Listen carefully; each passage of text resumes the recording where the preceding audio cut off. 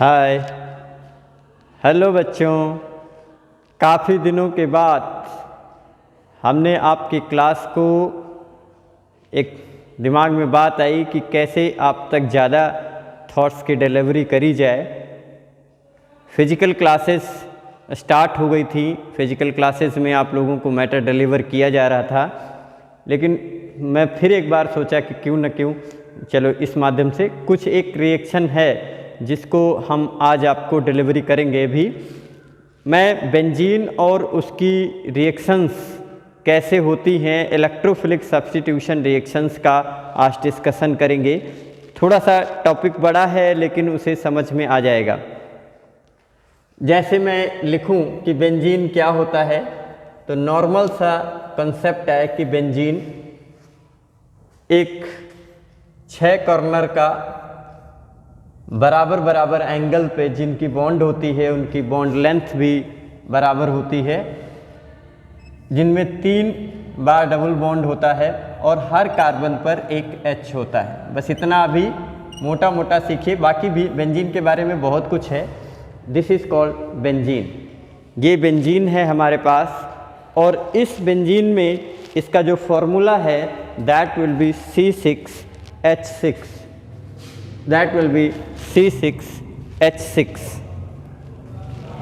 इसके अलावा और क्या है हमारे पास बेंजीन के बारे में, इसके अलावा और हमें क्या नॉलेज हो सकती है कि इसको हम लिख सकते हैं C6H6। ये एक एरोमेटिक कंपाउंड है, प्योर एरोमेटिक कंपाउंड है। ये हमारे पास एक प्योर एरोमेटिक कंपाउंड है। इसके अंदर 4n+2 पाई इलेक्ट्रॉन रूल, जिसको हकल रूल या हकले रूल कहते हैं, ये फॉलो होता है।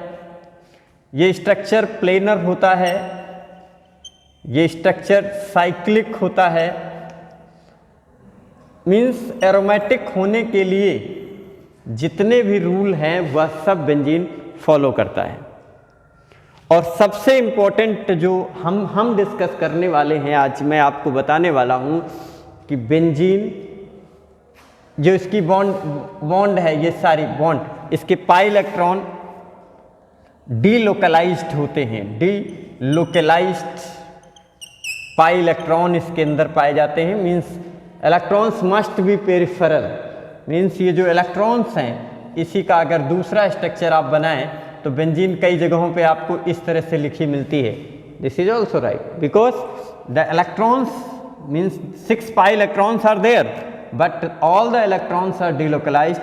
वो सभी के सभी इलेक्ट्रॉन्स यहाँ पर इस तरह से घूमते रहते हैं। इसीलिए ये कहा जाता है कि पाई इलेक्ट्रॉन की पोजीशन बेंजीन रिंग में फिक्स नहीं है। सभी इलेक्ट्रॉन्स यहाँ पर पेरिफेरी में प्रेजेंट है, मस्ट बी पेरिफेरल, या हम तभी इसकी कहा जाएगी। ये सभी बॉन्ड एक लेंथ की होती हैं, सबकी एक लेंथ होती है, सभी एक लेंथ की बॉन्ड है, कहीं कोई डिस्टरबेंस नहीं है। ये तो बेंजीन के स्ट्रक्चर की बात है। बेंजीन बनता कैसे कैसे है ये तो आप नोट कर लेंगे। इसके बाद मैं ये डिस्कस करने वाला हूँ कि बेंजीन बनता कैसे है, कैसे बेंजीन की प्रिपरेशन होती है। रिएक्शंस में चले जाते हैं सीधे कि हमारा उद्देश्य क्या है। जब हम केमिस्ट्री के अंदर किसी कंसेप्ट को पढ़ते हैं तो एक ही चीज़ पढ़ते हैं कि जो बेंजीन है इसकी प्रिपरेशन कैसे होती है, और ये जैसे हमने देखा कि बेंजीन कैसे कैसे बनाया जा सकता है, how benzene should be prepared in reactions, कैसे कैसे हम बेंजीन को बना सकते हैं। तो मुझे याद आ रहा है सबसे एक इम्पोर्टेंट रिएक्शन, अभी अल्कोहल हमने पढ़ा हुआ है, उसी में फिनॉल पढ़ा था, और फिनॉल्स पर अगर हम जिंक डस्ट का यूज कर लेते थे तो फिनॉल से बेंजीन बन जाता है। रिसेंटली हम लोगों ने बेंजीन डाइएजोनियम क्लोराइड पढ़ा था, N2Cl, बेंजीन N2Cl पढ़ा था। अगर हम इस पर H3PO2 का रिएक्शन करा देते हैं, हीट करा देते हैं, तो भी बेंजीन बन जाता है। अगर हम C6H5MgBr का रिएक्शन हम वाटर के साथ करा लेते हैं तो भी बेंजीन बन जाता है। अगर हम C6H5COONA इसका रिएक्शन NaOH के साथ और CaO की प्रेजेंस में रिएक्शन करा लेते हैं तो भी हमें बेंजीन मिल जाता है। और भी रिएक्शंस हैं हमारे पास जिनसे हम ये कह सकते हैं कि बेंजीन का प्रिपरेशन आसानी से किया जा सकता है। आप इनको नोट कर लीजिए, आप इनको चेक कर लीजिए कि बेंजीन को कैसे कैसे हम लोग प्रिपेयर कर सकते हैं, बेंजीन की प्रिपरेशन के क्या मेथड्स हैं। इनके अलावा बेंजीन सल्फोनिक एसिड से भी बनाया है हमने, हम बेंजीन सल्फोनिक एसिड से भी बेंजीन बना सकते हैं। और एक रिसेंटली अभी रिएक्शन आप लोगों ने पढ़ी है जो एल्काइन होता है हमारे पास, हम एल्काइन से भी इसको प्रिपेयर कर सकते हैं। सो क्लोरोबेंजीन से भी कई बार बेंजीन सल्फोनिक एसिड, इसमें दो रिएक्शन और बड़ी कॉमन हैं जिनको हम यूज कर सकते हैं, आप चेक कर लीजिएगा, दिखाई दे रहा है, ठीक है। इनमें दो रिएक्शंस और बहुत कॉमन हैं। एक तो हमारे पास है कि CH ट्रिपल बॉन्ड CH, इसके 3 मॉलिक्यूल जब रेड हॉट आयरन ट्यूब पर, red hot iron tube Fe tube अगर इस पर पास किया जाता है, मीन्स एसिटिलीन, ऐसे क्वेश्चन ये होता है कि what will happen when acetylene passes through red hot iron tube, what will happen when acetylene passes through red hot iron tube, what will happen when acetylene passes through red hot iron tube, means you the product will always be benzene। So benzene बनाने के methods मैंने आपको discuss किए हैं। Normally ये कोई rocket science नहीं है, लेकिन मैं इतना जरूर कह सकता हूँ अगर आप ईमानदारी से इनको डिस्कस करते हैं तो बेशक आपको ये सारी समस्याएं क्लियर हो जाएंगी। कैसे कि बेंजीन की प्रिपरेशन, सिंगल स्टेप कन्वर्जन सीखने के लिए मैं सबसे इंपॉर्टेंट बात, सभी बच्चे बहुत ध्यान से, कि जितने भी कन्वर्जन हमको सीखने हैं, यदि कन्वर्जन हमको सीखने हैं तो हमें सिंगल स्टेप रिएक्शंस बार बार रिपीट करके कैसे भी हमको उसको याद रखना है। और वो स्टेप याद कैसे होता है, कोई चीज़ लगातार कई बार जब हम यूज करते हैं तो वो हमारी हो जाती है। बहुत सारी चीज़ें ऐसी होती हैं जिनको हम रिपीटेशन में अपने अंदर ही ले आते हैं, वो फिर नहीं भूलती है। याद, कई लोगों को ये भ्रम है कि केमिस्ट्री लर्न करनी पड़ती है, लर्न नहीं करनी पड़ती है। जिस तरह से मैथमेटिक्स में हम फॉर्मूले को, जिस तरह से मैथमेटिक्स में हम फॉर्मूले को जितनी बार यूज करते हैं उतनी बार वो मुझे कंफर्म हो जाता है। तो कोई भी केमिस्ट्री का कॉन्सेप्ट अगर आपको लर्न करना है, लर्न इन द सेंस कि उसको हमें सीखना है, हम रटना और लर्न करना अलग अलग है।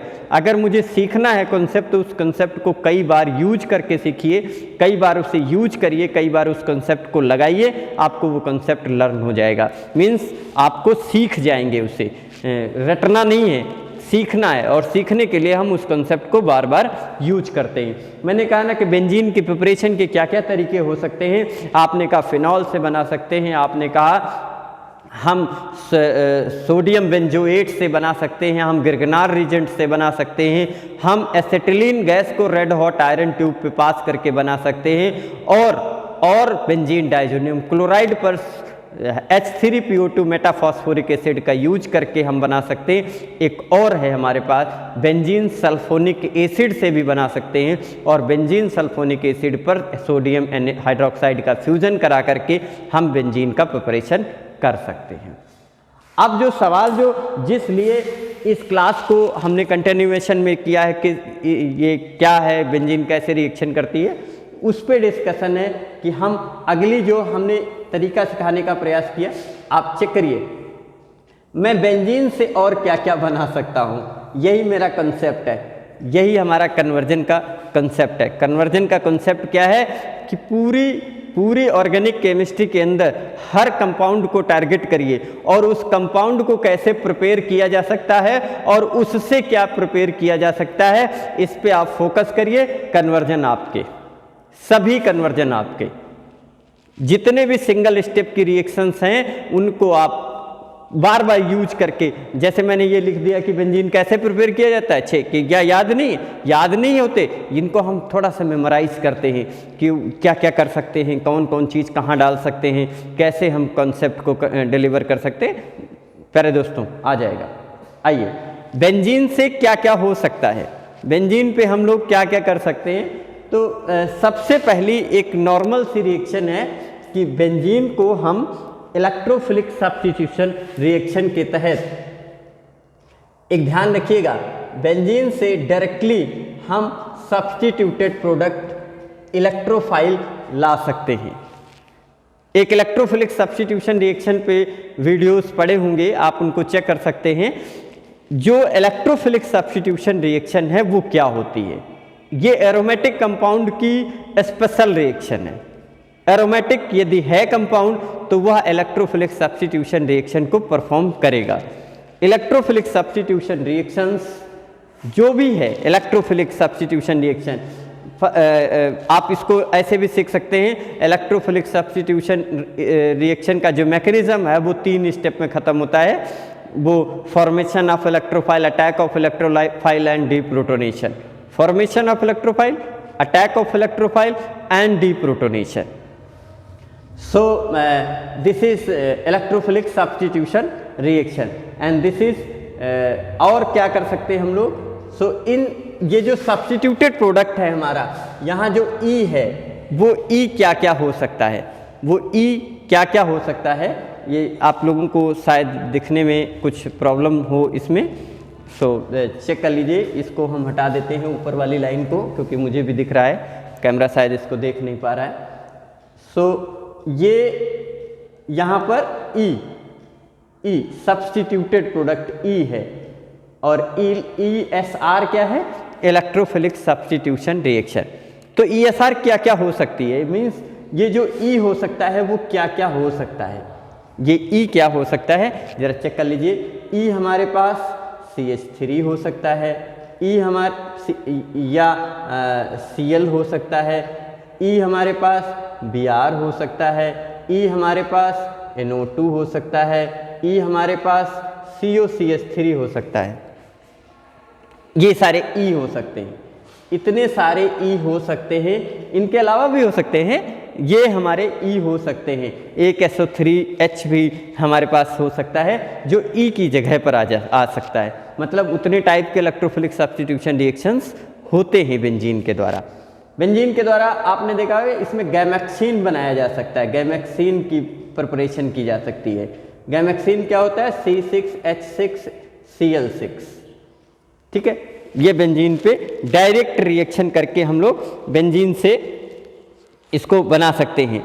बेंजीन पर हम लोग ई की जगह पर CH3, Cl, Br, NO2, COCH3 तो ला ही सकते थे। तो 5 रिएक्शन अपने आप में ये खुद हैं कि जो बेंजीन पर इनको लाया जा सकता है। बेंजीन से और क्या कर सकते हैं हम लोग, बेंजीन से साइक्लोहेक्सेन बनाया जा सकता है। बेंजीन से साइक्लोहेक्सेन भी बनाया जा सकता है, आप चेक कर लीजिएगा इसको। बेंजीन से साइक्लोहेक्सेन बनाया जा सकता है, बेंजीन से गैमेक्सीन बनाया जा सकता है। ये एडिशन रिएक्शन के तहत हम ऐसा कर पाते हैं। बेंजीन से ग्लाइक्सल बनाया जा सकता है, ग्लाइक्सल ओजोनोलिसिस करा करके ग्लाइक्सल